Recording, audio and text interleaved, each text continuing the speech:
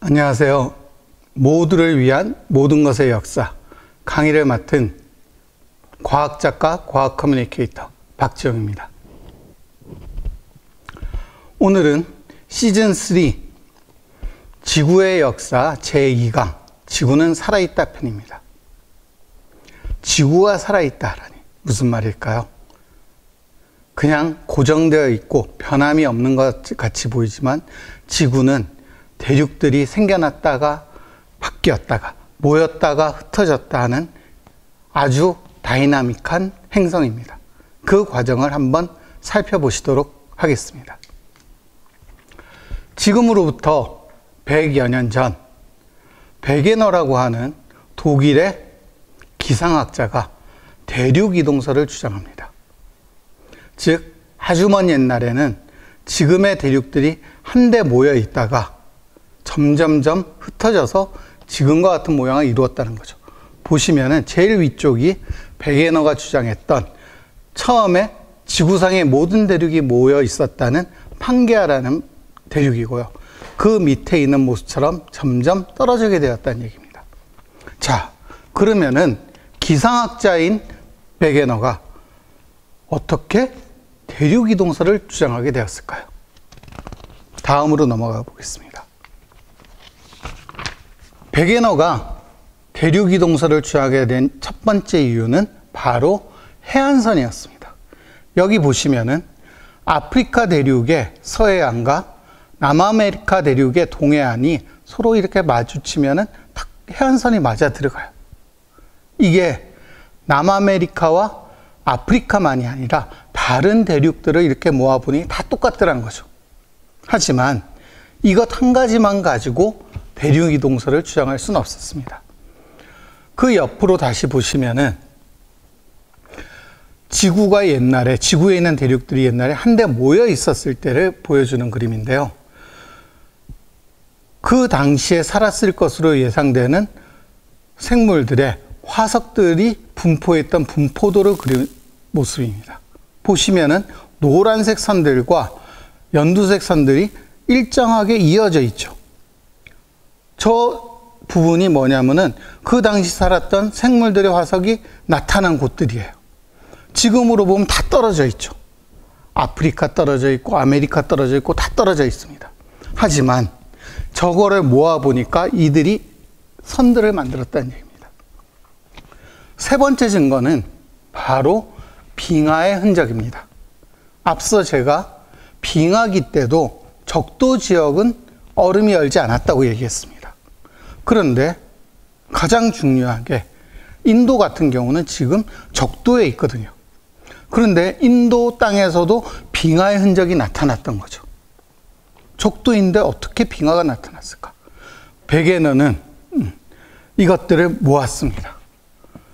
모아봤더니 아주 옛날에 인도는 남쪽으로 내려가 있었던 것들이 확인이 된 거죠. 아, 그러니까 저기에 빙하의 흔적이 있구나 라는 얘기를 할 수 있습니다.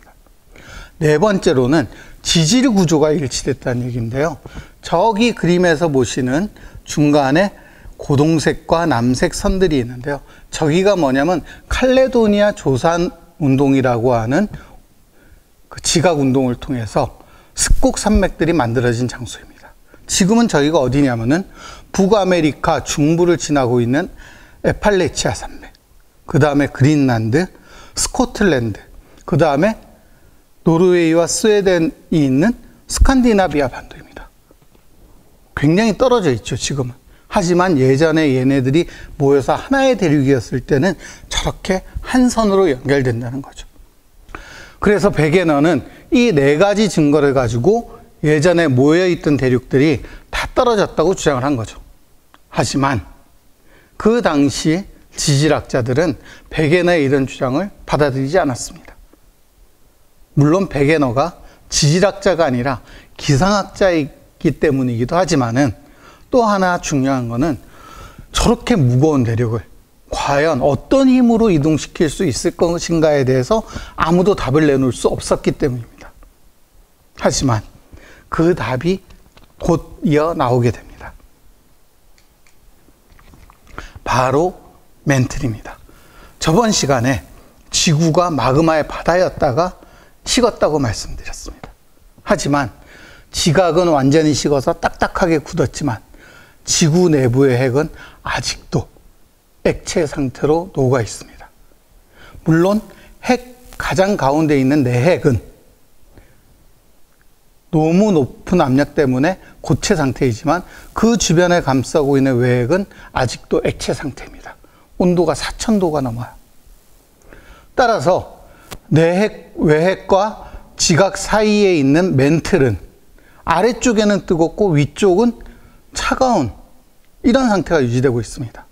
그리고 멘틀 자체도 상당히 온도가 높죠. 그래서 고체이긴 하지만은 움직일 수 있는 유동성 고체입니다. 어느 정도라고 얘기 드릴 수 있을까요? 마치 초콜릿을 우리가 손바닥에 올려놓고 좀 지나면은 초콜릿이 살살 녹죠. 이거를 액체라고 볼 수는 없지만 그래도 슬슬 움직이는 것, 녹아서 흐르는 걸 느낄 수가 있죠. 이런 상태가 바로 유동성 고체 상태라고 볼 수 있습니다. 이런 상태인 멘틀인데, 자, 아래쪽은 뜨겁게 달궈지면 어떻게 되냐면 부피가 늘어납니다. 그러면 가벼워져요. 마치 기구 아래에서 불을 떼면 기구 속에 있는 공기가 부풀어서 하늘로 올라가는 것처럼 아래쪽에 외핵으로부터 달궈진 멘틀은 위쪽으로 올라갑니다. 반대로 위쪽의 멘틀은 지각의 열을 뺏기면서 식어서 수축이 됩니다. 그럼 무거워지겠죠. 아래로 내려옵니다. 이렇게 멘틀이 위아래로 움직이면서 만들어내는 대류를 우리는 멘틀 대류라고 얘기합니다. 그래서 멘틀이 대류를 하면서 이렇게 움직이다 보면은 지각은 이 멘틀 위에 얹혀져 있는 상태로 멘틀과 같이 움직이게 되는 거예요. 그래서 멘틀 대류에 의해서 지각이 움직이게 되었다라는 결론이 나오게 됩니다. 베게너가 밝히지 못했던 대륙이 움직이는 이유 중에 하나가 밝혀졌습니다. 하지만 이것만 가지고도 아직은 부족했습니다.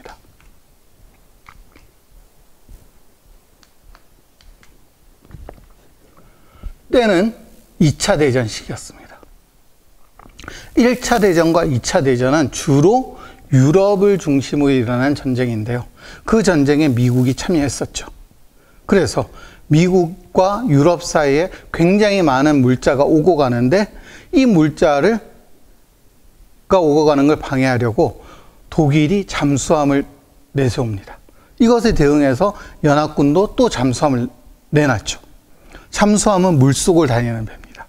따라서 이전하고는 달리 해저 지형이 굉장히 중요하게 됐습니다. 그래서 이 당시 대서양 해저 지형을 밝히기 위해서 많은 노력들을 했습니다. 그 노력의 결과 뭐가 밝혀졌냐면 대서양의 북쪽에서부터 남극에 이르기까지 가운데를 가로지르는 거대한 해저 산맥이 있다는 게 밝혀졌습니다. 이를 대서양 중앙해령이라고 얘기합니다. 바닷속 깊은 곳에 있기 때문에 눈으로 볼 수 없을 것 같지만 사실은 볼 수 있는 장소가 한 군데 있죠. 바로 아이슬란드입니다. 아이슬란드는 대서양 중앙해령이 지나가는 가운데에 있기 때문에 그 중앙해령 가운데 있는 아이슬란드에서는 해령의 모습을 육지에서 볼 수가 있어요. 여기 보시는 것처럼 절벽이 있는데 이 절벽 사이에 계곡이 있죠. 이 계곡이 뭐냐면은 중앙해령 사이에 생겨난 골짜기입니다. 이 대서양 중앙해령이 왜 생겼냐? 바로 이런 이유 때문입니다. 멘틀 대류가 위로 올라오는 곳에서는 어떤 일이 일어나냐? 멘틀 대류가 올라오면서 지각이 깨집니다. 그 다음에 대류가 올라와서 양쪽으로 움직이죠. 이거에 따라 지각이 옆으로 밀려요. 그러면 올라오는 가운데 부분은 지각이 찢어지게 될 수밖에 없습니다. 찢어지는 지각 사이로 멘틀에서 녹아있던 마그마가 올라옵니다. 식어버리죠.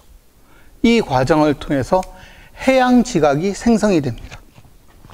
그런데 이렇게 생성된 지각도 다시 어떻게 되냐면 또 찢어져요.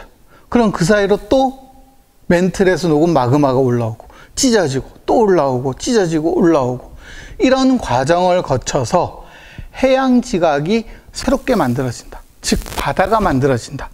이 이론을 뭐라고 하냐면 해저 확장설이라고 얘기합니다. 그리고 앞서 우리가 봤던 대서양 중앙해령은 바로 이 해저 확장 과정에서 만들어진 것이라는 게 밝혀집니다. 자, 그래서 이 두 가지를 통해서 베게너가 주장했던 대륙 이동설이 왜 일어나는지 정확하게 알게 되었습니다. 처음에는 대륙이 이동하는 줄 알았더니 그게 아니라 바다가 대륙을 밀어내는 것이라는 걸 알게 된 거죠. 그리고 20세기 중반 이후 우리는 해저 확장설과 멘틀 대류선을 합해서 이제 판구조론이라고 하는 보다 완성된 이론을 가지게 되었습니다. 이 이론은 뭐냐면은 지각과 지각 아래쪽, 멘틀의 제일 위쪽이 합해서 암석권이라고 하는 권을 이루고 있는데 이 암석권이 하나의 커다란 덩어리가 아니라 여러 조각으로 조각조각 나 있다는 거죠.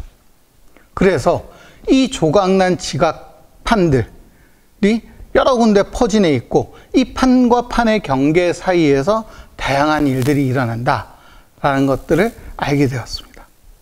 그래서 그 판과 판 사이에서 습곡산맥도 만들어지고 지진도 일어나고 그 다음에 새로운 화산섬도 생기고 화산 활동도 일어나게 됩니다. 그 중에 특히 여기 보시는 것처럼 태평양은 하나의 커다란 판이라고 볼 수 있는데요. 이 커다란 태평양판과 주변의 대륙판들이 서로 부딪히는 경계에서 굉장히 자주 화산과 지진 활동이 일어납니다. 이를 우리는 불의 고리라고도 얘기를 하고요. 환태평양 화산대, 환태평양 지진대라고 부르고 있습니다. 바로 이 결과로 지구는 지금과 같은 역동적인 모습을 가지게 된 것이죠. 그래서 판게아부터 시작해서 점점 찢어졌던 지구가 지금 현재 이런 모습을 가지게 됐고 지금도 지구에 있는 대륙들은 조금씩 움직이고 있습니다. 그 움직임은 아주 조금이라서 1년에 겨우 몇 밀리 정도씩만 움직이지만 몇만 년, 몇십만 년이 지나면 그 차이는 커다랗게 우리 후손들 앞에 드러나게 될 것입니다. 오늘 2강 지구는 살아있다는 여기까지 하겠습니다. 감사합니다. 공 모양이라고 제가 말씀을 드렸는데요. 그러니까 마그마의 바다 때 공 모양을 형성하게 된 이유는 아주 간단합니다. 물을 떨어뜨리면은 물이 높이 솟거나 낮지 않고 바닥에 평평하게 펴지죠. 그런데 사실은 우리는 좁은 공간에서 봐서 평평하게 퍼지는 거고 지구의 중심에서 봤을 때 같은 높이로 퍼지는 거예요. 그러면은 지구의 중심에서 봤을 때 같은 높이란 건 원이죠. 그 다음에 3차원으로 보면 공 모양입니다. 지구의 중심에서 봤을 때 같은 곳은. 그래서 이 공 모양이 가장 같은 높이가 되기 때문에 액체 상태는 이걸 유지하려고 하는 겁니다. 어디서 또 이걸 알 수 있냐면은 우주에 나가면은 이거를 금방 쉽게 알 수 있어요. 여러 개의 물방울들이 모아보면은 물방울들이 모여서 하나의 커다란 물방울을 이루는데요. 이런 것들도 비슷한 작용이라고 볼 수 있습니다. 물론 이거는 중력 때문은 아니고 표면 장력 때문이긴 하지만요.